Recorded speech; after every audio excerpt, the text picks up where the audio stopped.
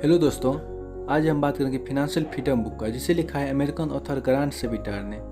इसमें कुल 7 पेजेस है, जिसमें स्टेप बाय स्टेप फॉलो करके आसानी से फिनेंशियल फ्रीडम हासिल कर सकते हैं। फर्स्ट स्टेप आता है क्लैरिटी।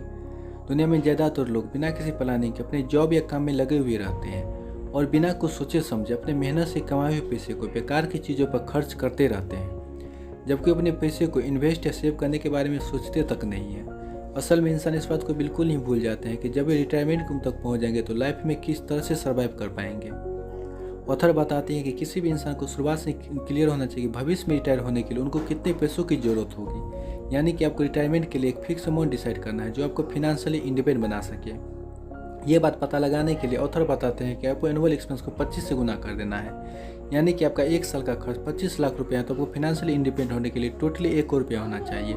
हालांकि नंबर हर इंसान की सिचुएशन पर निर्भर करता है। सेकेंड स्टेप आता है सेल्फ सफिशिएंसी। जब आप इतना पैसा कमाने लगते हैं कि आपको डेली के एक्सपेंस के बारे में कुछ भी सोचना नहीं पड़ता है, तब आप फिनेंशियल फ्रीडम हासिल करने के लिए अगला स्टेप ले सकते हैं। इसमें आपको कई फिनेंशियल सिचुएशन का पता लगाना है, जैसा कि आपकी टोटल नेटवर्थ कितनी है, अभी आपकी करंट इनकम कितना है, आपका महीने का एक्सपेंस कितना है, आपकी सेविंग्स कितनी है और आपको अपने इन्वेस्टमेंट से कितना रिटर्न मिल रहा है। इन सभी चीज़ों का समय समय पर रिपोर्ट निकालते रहना चाहिए, जिससे कि आपको पता चल सके कि आप कहाँ पर स्टैंड करते हो और आपको अपने गोल तक पहुँचने के लिए अभी कितना सफ़र तय करना बाकी है। थर्ड स्टेप आता है ब्रीदिंग रूम। इस फेज में पहुँचने के बाद आपको सर्वाइव करने के लिए मंथली सैलरी की आवश्यकता नहीं होती है, क्योंकि तब आपको एसेट और इन्वेस्टमेंट से इतनी सैलरी जनरेट होने लगते हैं कि अगर आपकी सैलरी यानी बंद भी हो जाए तब भी आप अपनी दूसरी इनकम से आसानी से सर्वाइव कर सकते हैं। बेसिकली इस फेज में आपको कोई भी चीज़ खरीदने से पहले यह सोचना चाहिए कि यह चीज़ खरीदना कितना ज़रूरी है और आपको अपनी लाइफ में क्या वैल्यू ऐड करेगी, जिससे कि आपको पैसे का सही अंदाज़ा लग सके कि अपनी मेहनत का पैसा किस चीज़ पर एक्सपेंस करना है और किस चीज़ पर नहीं। फोर्थ स्टेप आता है स्टेबिलिटी। इस फेज में आने के बाद हमारे ऊपर किसी भी तरह का कोई भी लोन नहीं होता है और हमें अपने एक्सपेंसेस पूरे करने के लिए किसी के भी हेल्प की आवश्यकता नहीं होती, क्योंकि हमारे इनकम हमारे एक्सपेंसेस से काफ़ी ज़्यादा हो जाती है। दरअसल हमारे पास इतने पैसे जमा हो जाते हैं कि अगर इनकम आना बंद भी हो जाए तो भी हम आराम से 6 मंथ गुजारा कर सकें, तभी हम फिनेंशियल स्टेबल कहे जाते हैं। हमें अगला जो स्टेप लेना है वो है सेविंग्स करना। सेविंग्स के बारे में ऑथर बताते हैं कि हमें छोटी छोटी जगहों पर सेविंग्स करने के बजाय 3 इंपॉर्टेंट चीज़ों पर सेविंग्स करना चाहिए। ये है हाउस, ट्रांसपोर्टेशन और फूड।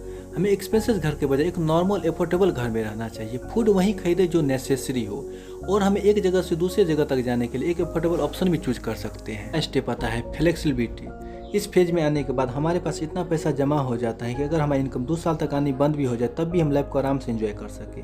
दरअसल यहाँ पर हमें अपना फोकस उस फुल टाइम काम पर लगाना चाहिए जहाँ से मेन इनकम आता है, जिससे कि हम अपना इनकम और बढ़ा पाए। यह काम हमारी जॉब या बिजनेस हो सकता है। ऑथर बताते हैं कि हमें अपना फुल टाइम काम तब तक नहीं छोड़ना चाहिए जब तक कि हमें हमारे साइड बिजनेस और ज़्यादा बेहतर रिजल्ट ना जाए। एग्जाम्पल के लिए हमारे यूट्यूब चैनल।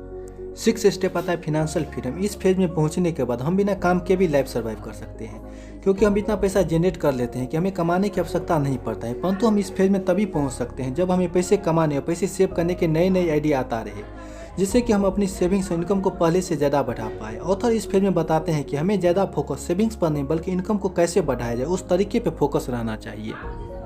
7वां स्टेप आता है एबंडेंट वेल्थ। ऑथर के द्वारा बताया गया आखिरी फेज हमें फिनेंशियल फ्रीडम से भी एक स्टेप आगे ले जाता है, जहां आपके पास नीड से भी कई गुना ज़्यादा पैसा होता है। परंतु हम इस फेज में तभी पहुंच सकते हैं जब हम बहुत कम ऐसे इन्वेस्टमेंट करना शुरू कर दें, क्योंकि इस बुक के ऑथर स्वयं यह बताते हैं कि फिनेंशियली वेल्दी बनने का सबसे बड़ा सीक्रेट यही है कि हमें जितना जल्दी हो सके इन्वेस्टमेंट करना शुरू कर देना चाहिए।